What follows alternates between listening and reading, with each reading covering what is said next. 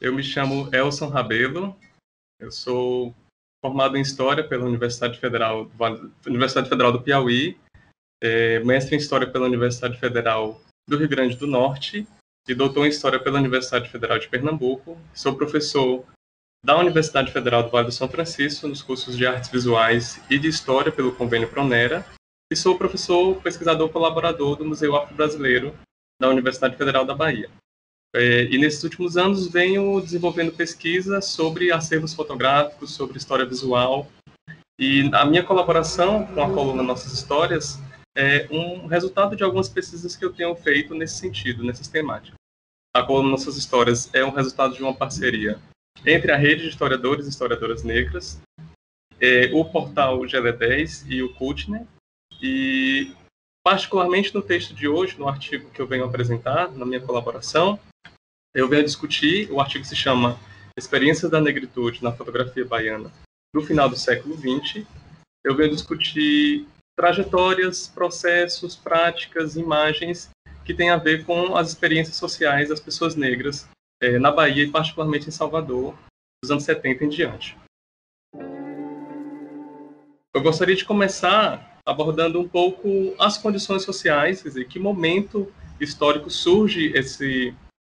o que eu estou abordando enquanto experiências fotográficas, enquanto práticas fotográficas. Particularmente nos últimos anos eu vinha pesquisando sobre o Grupo de Fotógrafos da Bahia, que é um grupo que se constitui em 1978, em torno de uma produção fotográfica baiana própria, uma linguagem própria da fotografia baiana, e de descobrir quem eram as fotógrafas e os fotógrafos da Bahia naquele momento, reuni-los e congregá-los em torno da luta pelo direito autoral, da luta pelo crédito atribuído nos periódicos, nas publicações, e daí também pensar uma política para a fotografia. Não custa dizer também que esse momento, do final dos anos 70, é um momento de reorganização dos movimentos negros no Brasil, um momento de reorganização também de outros movimentos sociais, movimentos camponeses, movimentos operários, que vão exatamente contestar a ditadura militar e vão forçar o que nós conhecemos nos anos 80, a partir dos anos 80, como redemocratização ou reabertura do regime político. Então, nesse mesmo momento histórico, nesse mesmo momento do final dos anos 70, nós vamos ver uma atmosfera em que a fotografia está sendo pensada, está sendo repensada e discutida também junto a outras questões e outras práticas sociais. Então, eu começo o texto com uma foto de um pintor. O pintor se chama Licídio Lopes. O seu Licídio Lopes já tinha quase 90 anos ali, no final dos anos 70 e começo dos anos 80, e ele foi fotografado pela fotógrafa paulistana, branca, Isabel Gouveia. Isabel Gouveia é artista de formação e chega na Bahia e participa do grupo de fotógrafos da Bahia, esse grupo que eu vinha pesquisando. O grupo se chamava também Foto Bahia, que era o nome das exposições e publicações do grupo, e reunia essa publicação, essa produção, como eu falei. Então, a Isabel flagra o senhor Licídio Lopes, ele posa para a Isabel, segurando duas pinturas, duas telas de sua autoria, e nessas telas nós vemos um contraponto. Entre as telas, nós temos nas telas o Largo de Santana e personagens populares no Largo de Santana, em torno da Igreja de Santana, no bairro do Rio Vermelho, em Salvador. E atrás do senhor Licídio Lopes, nós vemos a própria Igreja de Santana, o próprio Largo de Santana, quer dizer, um trecho de arquitetura tradicional histórica de Salvador, do bairro boêmio, do bairro costeiro do Rio Vermelho, e atrás da igreja um prédio que seria contemporâneo, que seria já da segunda metade do século XX, um edifício de linhas arquitetônicas mais recentes. Então nós vemos ali esse contraponto entre os dois momentos arquitetônicos e a pessoa do senhor Licídio Lopes, que é um pintor. Ele era um pintor de parede, pintor de residências, e ele chegou na casa de Jorge Amado, e Jorge Amado chama para pintar, e Jorge Amado descobre que ele também produzia crônicas e fazia suas pinturas, e logo daí, poucos anos depois, ele publica um livro com suas crônicas. Então, essa é a minha primeira provocação sobre esse personagem. Quando o olhar de Isabel Gouveia se cruza com o olhar de Licídio Lopes, através da fotografia, nós vamos puxar isso como uma provocação de que era do interesse de vários fotógrafos no fotojornalismo, na antropologia, desde o século XIX, de fotografar pessoas negras na Bahia e no Brasil. Então, no grupo de fotógrafos da Bahia, em particular, vários são os fotógrafos que se dedicam a fotografar pessoas negras. Adenor Gondim, que depois se tornou célebre por fotografar a Irmandade da Boa Morte, em Cachoeira. Mário Cravo Neto, que tinha acabado de chegar da Europa, estava se lançando como fotógrafo artístico no Brasil. Miguel Rio Branco, Evaldo Macedo Filho, vários são os fotógrafos e fotógrafas que têm por interesse questões ligadas à cultura negra. Então, pelo menos um terço desse período de produção, de cerca de 6 anos, de 78 a 84, um terço das fotografias e dos fotografados são pessoas negras, são práticas culturais negras. Seja elas o candomblé, a capoeira, as pessoas que trabalham na rua, as pessoas trabalhando, ou mesmo as pessoas em situação de rua, muitas crianças, especialmente crianças negras, pessoas no meio rural, pessoas no meio urbano. Então tem um interesse ali, tem um recorte racial muito notável, recorrente de pessoas negras nessa produção fotográfica. E aqui nós podemos atribuir isso àquele momento histórico de transformação urbana, que está lá testemunhado na fotografia do senhor Cid Lopes, quer dizer, Salvador é uma cidade que se periferiza muito no final do século XX. Ao longo do século XX a cidade cresce, mas ela tem uma marca de periferia muito grande, muito além dos próprios bairros conhecidos, do próprio centro histórico, da própria orla. A cidade de Salvador se expande horizontalmente na direção dos subúrbios, e isso tem uma marca social muito grande também nas próprias práticas culturais dos movimentos negros, dos grupos sociais negros. Nos anos 70, nós vamos ver como os blocos afro, eles surgem e se afirmam na cidade de Salvador. Nós vamos ver também um movimento ali entre os anos 70 e 80 que alguns estudiosos chamam de reafricanização da cultura baiana, de reafirmação de um candomblé que não era necessariamente sincrético, de práticas culturais que se patrimonializam como a capoeira. Então, existe todo um contexto favorável, que não vem ali daquele momento somente, mas vem de décadas antes, de valorização das práticas culturais negras, de olhar sobre as culturas negras. Claro que nós temos também uma certa tradição, como eu diria, uma tradição fotográfica de olhar personagens negros no Brasil, desde a antropologia do século XIX, desde os estudiosos do século XIX, que vão ter na Bahia como uma espécie de laboratório racial, um laboratório como se fosse um pedaço da África no Brasil. Então, a antropologia, depois o fotojornalismo, eles jogam um papel muito importante de dar uma certa visibilidade a partir de olhares brancos sobre as culturas negras, sobre os personagens sociais negros na Bahia. Então, o grupo de fotógrafos da Bahia, no final dos anos 70, ele bebe dessa referência, ele colhe essa referência também, os fotógrafos pensam também a partir disso que é recorrente. Existe uma própria autocrítica dentro do grupo de fotógrafos da Bahia, de que sempre se fotografava pessoas pobres, sempre se fotografava miséria. E aí nós vemos como o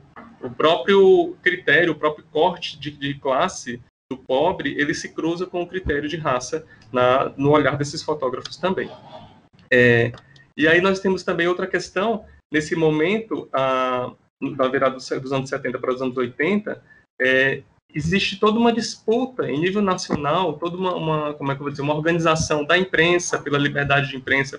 pelo fim da censura. Existe uma luta pela profissionalização do fotógrafo. Então, os baianos se encontram com outros grupos, eles se articulam com outros grupos em Minas Gerais, em São Paulo, no Rio Grande do Sul, para pensar o que é a profissão do fotógrafo, qual o papel do fotógrafo aí. Então, claro que aí entra também uma política para a imagem, entra também pensar o que fazer com a imagem, com a memória que se constrói para a imagem. Então,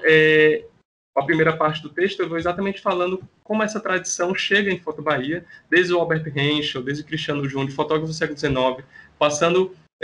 pela fotografia do século XX, pelo Pierre Verger, pelo Lawrence Turner, por vários fotógrafos, pelo Walter Fraga, que é um fotógrafo muito importante também dos anos 50 e 60, para chegarmos em Foto Bahia e termos fotógrafos baianos fotografando pessoas negras, ou fotógrafos residentes da Bahia fotografando pessoas negras. E essa diversidade vai mostrar também como as experiências de negritude são diversas. Já nessa fotografia, nós vemos, nessa produção fotográfica, nós vemos diferentes situações sociais,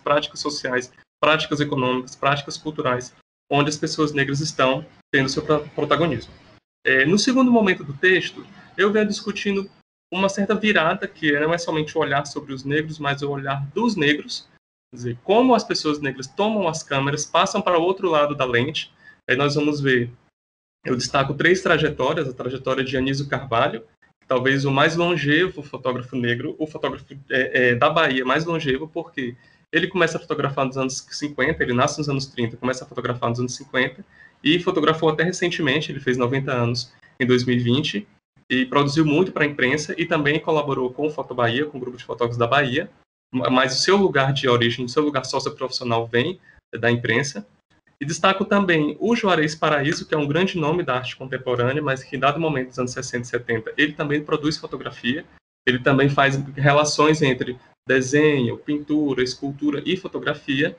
E o Bauer Sá, que é um fotógrafo da geração de Foto Bahia, quer dizer, ele ajuda a fundar, ele ajuda a organizar as atividades de Foto Bahia com o Célia Aguiar, com Isabel Gouveia, com Aristides Alves e outros fotógrafos. E ele também é um dos fotógrafos negros que se destacam aí. Então, eu destaco essas 3 trajetórias porque são 3 fotógrafos importantes, eles cruzam gerações, eles têm uma produção ou artística ou fotográfica muito consistente. O Bauer Sá, ele tem uma interface, um diálogo muito interessante com a performance, e ele é considerado um dos primeiros artistas contemporâneos na Bahia, junto com o próprio Juarez Paraíso. E a sua fotografia, a fotografia desses sujeitos, elas têm vários usos. Então, por exemplo, no Museu Afro-Brasileiro da Universidade Federal da Bahia, na reserva técnica no museu, eu encontro uma fotografia de autoria de Bauer Sá, que não estava nos catálogos de Foto Bahia, eu encontro 2 fotografias. A fotografia que é um cartaz de uma exposição chamada Tendências Estéticas Afro-Baianas. Esse cartaz, ele integra uma exposição chamada, essa exposição tem esse nome, Tendências Estéticas Afro-Baianas, mas essa exposição integra uma série de atividades que foram realizadas no começo dos anos 80 para consolidar o espaço do Museu Afro-Brasileiro na Faculdade de Medicina. Porque o Museu Afro-Brasileiro surge ligado ao Centro de Estudos Afro-Orientais da UFBA, e ele surge nominalmente nos anos 70, mas ele só se consolida institucionalmente, materialmente, nos anos 80. E uma das exposições que demarcaram esse lugar foi Tendências Estéticas Afro-Baianas, e ali tem o estudo, a investigação do Bauer Sá sobre os cabelos. Nós não podemos esquecer que cabelo, a estética capilar, era uma questão, inclusive, política para os movimentos negros, no Brasil e fora do Brasil. Então, essa tendência estética do cabelo, os modos de organizar o cabelo, os dreadlocks, as tranças, aparece na fotografia de Bauer Sá, assim como, por exemplo, a fotografia do Juarez Paraíso, uma mãe de santo, ela olha para a câmera e ela está de frente de 2 figas esculpidas por Juarez Paraíso. Então, nós temos negros olhando negros através da câmera. Assim como o seu Anísio Carvalho, ele fotografa uma cerimônia do Decá. A cerimônia do Decá é quando um pai de santo, um babalaô, ele vai receber as atribuições de candomblé, de sacerdote, de autoridade. Então, nós vemos na fotografia essa figura, esse personagem com uma cuia, uma bacia, onde nós vemos os instrumentos, o adjá, as contas, que caracterizam o cargo de ascensão do candomblé, que esse babalorixá chegou. Então, o que eu destaco? Que nesse cruzamento de olhares, quer dizer, 3 fotógrafos negros fotografando 3 pessoas negras, quer dizer, esse olhar negro, eles são atravessados por outra experiência, quer dizer, os negros se apropriam de sua imagem. E aqui a gente pode até lembrar um pouco da construção conceitual de Beatriz Nascimento, de que as pessoas negras perderam as imagens, a sua imagem, com os processos de escravização, com os processos de subalternização, e se eu trouxer isso para a imagem fotográfica, quer dizer, as pessoas negras elas estão procurando recuperar a sua imagem, ter a soberania de sua própria imagem, ter a autonomia do seu próprio olhar, de suas próprias experiências de práticas sociais, de trajetórias. E é interessante porque esse entrecruzamento de olhares entre fotógrafo e fotografado negro vai construir um certo lugar de produção, um certo lugar de protagonismo e de narrativa das próprias histórias dessas pessoas negras, né? E é interessante, eu contextualizo isso também nos anos 80, quer dizer, o Foto Bahia vai até 84,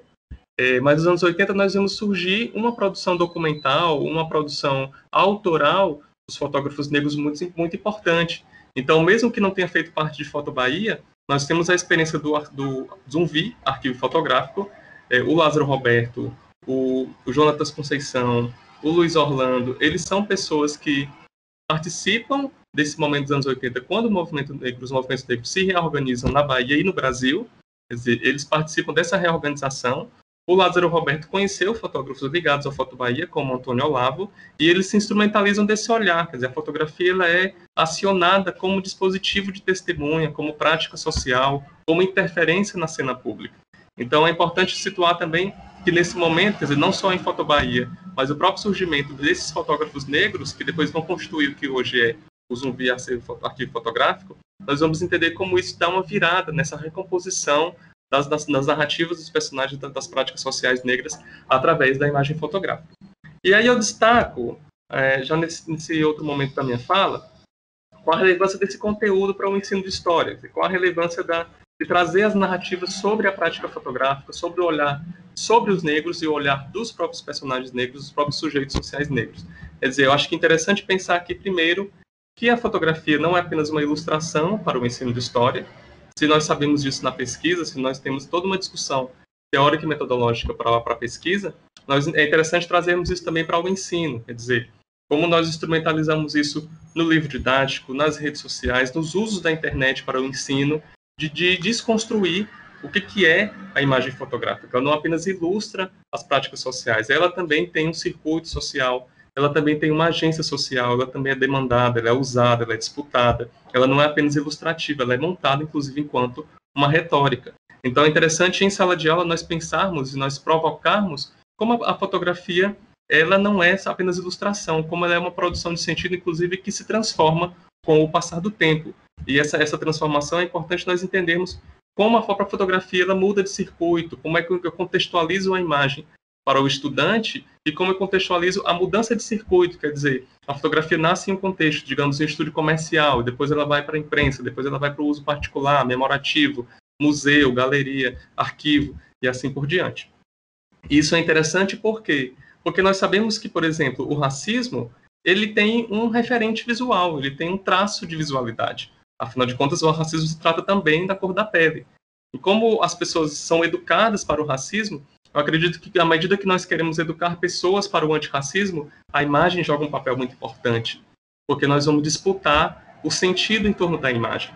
Quer dizer, nós vamos disputar o que narrativa eu quero construir a partir da imagem. Que narrativa eu quero trazer a partir de pessoas negras. Então, por exemplo, se eu trago fotografias de pessoas escravizadas do século XIX, quer dizer, eu não estou apenas reiterando o olhar do século XIX. Eu posso trazer olhares contemporâneos, textos contemporâneos e até imagens contemporâneas, releituras contemporâneas em sala de aula para pensar, olha, como eu produzo uma leitura antirracista dessa imagem, sabendo, inclusive, que ela nasceu em um contexto racista, em um contexto escravista. E assim como as imagens do século XIX, eu posso fazer isso em diversos momentos da história, exatamente destacando qual o protagonismo que as pessoas negras têm de olhar para a câmera, de encarar uma câmera, de negociar a sua imagem, especialmente em um dado momento histórico, quando as pessoas negras produzem imagem. Elas têm a capacidade, ou têm o acesso, ou têm a conquista histórica de produzir as suas próprias imagens. Então,